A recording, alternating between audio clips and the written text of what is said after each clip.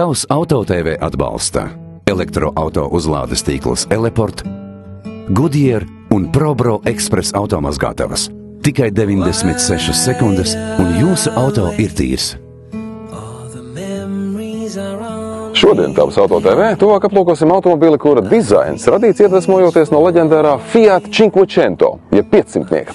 To pielāgojot mūsdienu dzīves ritmam, jaunākajām tehnoloģiju tendencēm un nepārvaramajai mīlestībai pret crossoveru tipu automobiļiem. Dāmas un kungi, iepazīstieties Fiat 600e. Šo nelielo elektrisko spēkratu novērtēt lūksim sportistei, kura neliela izmēra braucamos radusi pilotēt galvu reibinošā ātrumā un sasodīti straujos līkumos. Ulla Zirne kamaniņu sportā aizvadījusi 18 gadus, kopš 2004. gada līdz aizpērn beidza sportistes karjeru.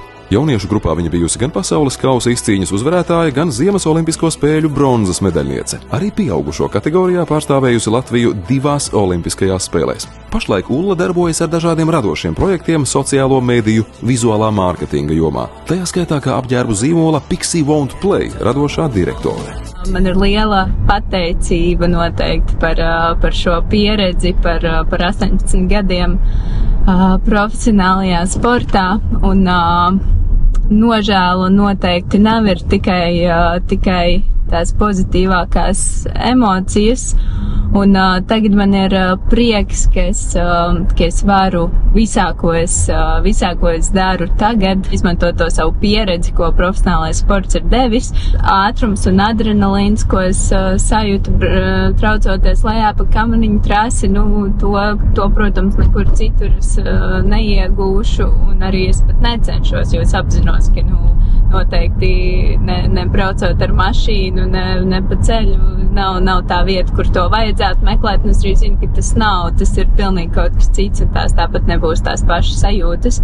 Fiat, un acs priekšā, Itālija, kalni, uzreiz.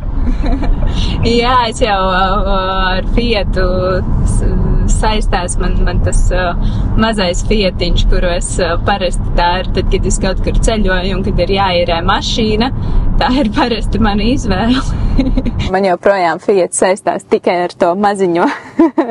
Man vēl esmu pirmo reizi ieraugu, ka ir arī kaut kas šāds.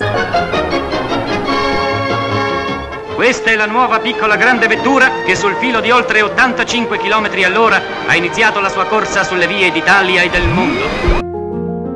Protams, ja salīdzinām šo auto ar 1955. gadā radīto Fiat supermazuli vai pat tā mūsdienu brāļiem, 600. ir ieguvis ne tikai papildus 100 punktus savā nosaukumā. No pilsētas superminītes ir pārvērties par 4 durvju crossoveru. Tā klīrens ir 160 mm, aptuveni par 4 cm lielāks nekā 500. Un garums 4,17 metri, salīdzinot ar 3,63 metriem 500. Vārdu sakot, kā arī norādījuši kolēģi no Top Gear, atšķirībā no Fiat 500, šis būs ērts auto arī vairāk nekā vienam pasažierim. Kopīgu valodu atradām ātri, baudāmi, viegli braukt. Grūtākā lieta bija atrast, kur ir poga, lai atslēgtu durvis. Ir tās teiciens, velns slēpjas detaļās. Vai varbūt šajā gadījumā, jo Fiat ir itāļu auto un Itālija nav tālu no Vatikāna, dievs ir apslēpts detaļās.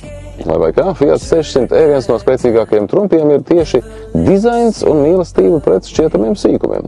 Kurā vēl automobīlī uz šīs zemeslodes jūs atradīsiet šādus krēslus. Paskatieties uz šiem izšūmiem un vēstījumu.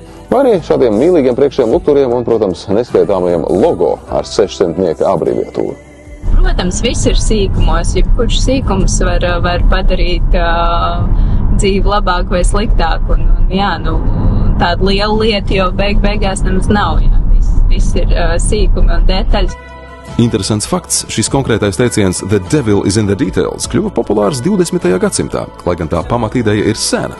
Dažreiz tas tiek saistīts ar vācu arhitektu Ludvigu Mīsu van der Rohe, kurš bija slavens ar savu uzmanību pret detaļām un izteicienu "Dievs ir detaļās". Šī frāze pauž pretstatu, pozitīvu vēstījumu par to, ka rūpīga uzmanība detaļām rada izcilu darbu. Teiciens "Velns ir detaļās" savukārt ir šīs domas variācija, kas norāda, ka pat mazākās neuzmanības vai nepilnības var radīt lielas problēmas. Bērniem ir vieta bagāžniekā tiramisu.